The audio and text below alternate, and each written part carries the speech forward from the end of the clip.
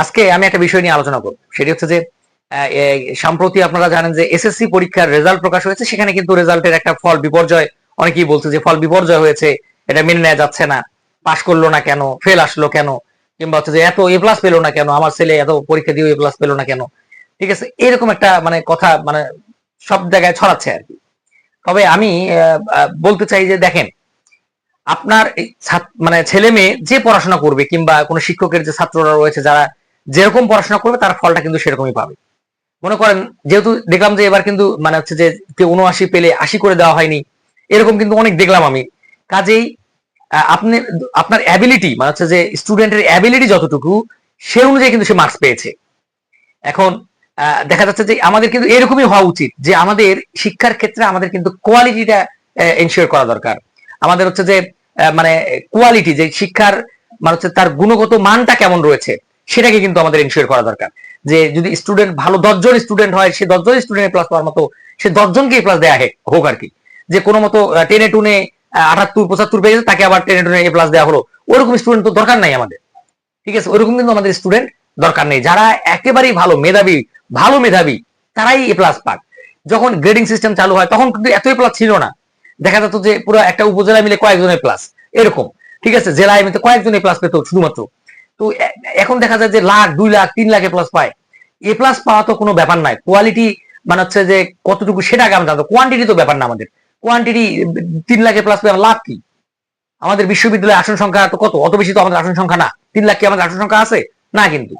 যারা দেখা যায় যে এ প্লাস পেয়েছে ইন্টারমিডিয়েটে গিয়েও, অনেকে আবার এ প্লাস পায়নি, তারাও কিন্তু বিশ্ববিদ্যালয়ে চান্স পায় কিন্তু। অথচ অনেক ভুরি এ প্লাস ঘুরে বেড়াচ্ছে, কোথাও চান্স পাচ্ছে না। এর কারণটা কি? কারণটা হচ্ছে সে কোয়ালিটি এনশিওর করা হয়নি তাকে। হচ্ছে যে তার যে পড়াশোনা যে বেসিক, তার বেসিকটা নেই। কাজে আমি বলবো যে আমাদের বর্তমান সময়ের যে ছাত্রছাত্রী রয়েছে তাদেরকে বেসিকটা যেন স্ট্রং হয়। কারো যদি বেসিক থাকে, সে যদি এ প্লাস নাও পায়, কোনো চিন্তার কিছু নেই, সে চাকরি পাবে এবং হচ্ছে সে ভালো জায়গায় চান্স পাবে। আমি একটা 100% বলতে পারি। আমার দেখা অনেক স্টুডেন্ট রয়েছে যাদের এ প্লাস নেই, কিন্তু তারা বিশ্ববিদ্যালয়ে চান্স পেয়েছে। এবং আমার দেখা অনেক স্টুডেন্ট রয়েছে যারা এ প্লাস পেয়েছে, তারা কিন্তু কোথাও চান্স পায়নি। এর কারণটাই হচ্ছে যে এটা, যে আমাদের তার বেসিকটা তো আমরা এনশিওর করি নাই। কারণ হচ্ছে যে খালি আমরা চাইছি এ প্লাস কয়েকটা জিনিস পড়ে, হ্যাঁ এটা কমন এসছে, হুবহু যায় ওটা মুখস্থ করে লিখে দিয়ে আসছে, এ প্লাস পেয়ে গেছে, কিন্তু তার ভিতরে কিচ্ছু নাই। তার ভেতরে কিচ্ছু নাই, বোমা মারলেও কোনো কিছু বেরোবে না তার, এরকম একটা অবস্থা। কাজেই আমি বলবো যে আপনারা হতাশ হবেন না। যারা এ প্লাস পায়নি, অসুবিধা নেই, আপনাদের বেসিকটাকে স্ট্রং করেন, আপনাদের স্টুডেন্ট কিংবা আপনাদের সন্তানের বেসিকটাকে স্ট্রং করান। দেখবেন যে ইন্টারমিডিয়েটে যেন এ প্লাস পায়। ইন্টারমিডিয়েট যদি এ প্লাস না পায়, তারপরে বকাঝকা করা যাবে না। অনেকে দেখা যাচ্ছে যে এ প্লাস না পাওয়ার কারণে আত্মহত্যা করছে। এটা কেন হবে আমাদের দেশে? এটা কেন হবে?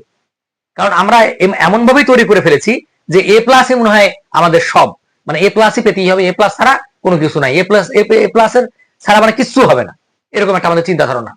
অনেকেই তো এ প্লাস না পেয়েও এবং ফেল করা স্টুডেন্টও তো বড় বড় উদ্যোক্তা হচ্ছে, অনেক কিছু হচ্ছে। অসুবিধা কি? অনেক কোটি কোটি টাকার মালিক হচ্ছে। অথচ এ প্লাস পেয়ে লাভ কি আপনার?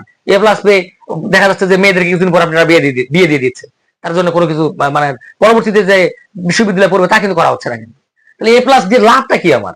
আমি চাই আপনারা বেসিকটাকে স্ট্রং করেন।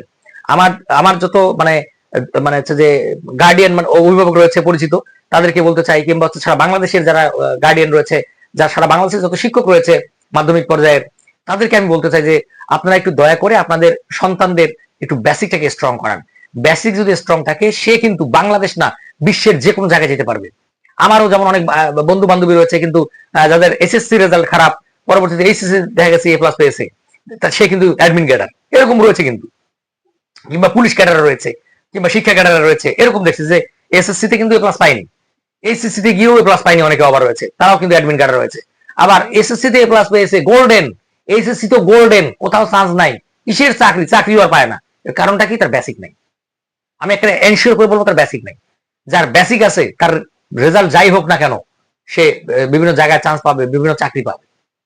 ঠিক আছে, তো আমার যারা আমার শুভাকাঙ্ক্ষী রয়েছেন, যারা আমার ভিডিও ফলো করেন, তাদেরকে আপনারা আমি বলতে চাই, আমাদের যারা অভিভাবক রয়েছেন, শিক্ষক রয়েছেন, তাদেরকে বলতে চাই যে আপনারা আপনাদের সন্তানদের কিংবা ছাত্রছাত্রীদের একটু বেসিকটাকে স্ট্রং করেন। যে বেসিক যদি স্ট্রং হয়, তাহলেই আমাদের দেশের জন্য মঙ্গল, এটাই হচ্ছে আমাদের দেশের জন্য কল্যাণ করা হবে। শুধু হচ্ছে যে কোয়ান্টিটি কোয়ালিটি দিয়ে, আমাদের লাগবে কোয়ালিটি, কিন্তু কোয়ান্টিটি দিয়ে আমাদের কোয়ান্টিটি পরিমাণে এ প্লাস দিয়ে আমাদের কোনো দরকার নেই। তো তো এই ছিল আজকের মতো ভিডিও। ধন্যবাদ আপনাদের সবাইকে।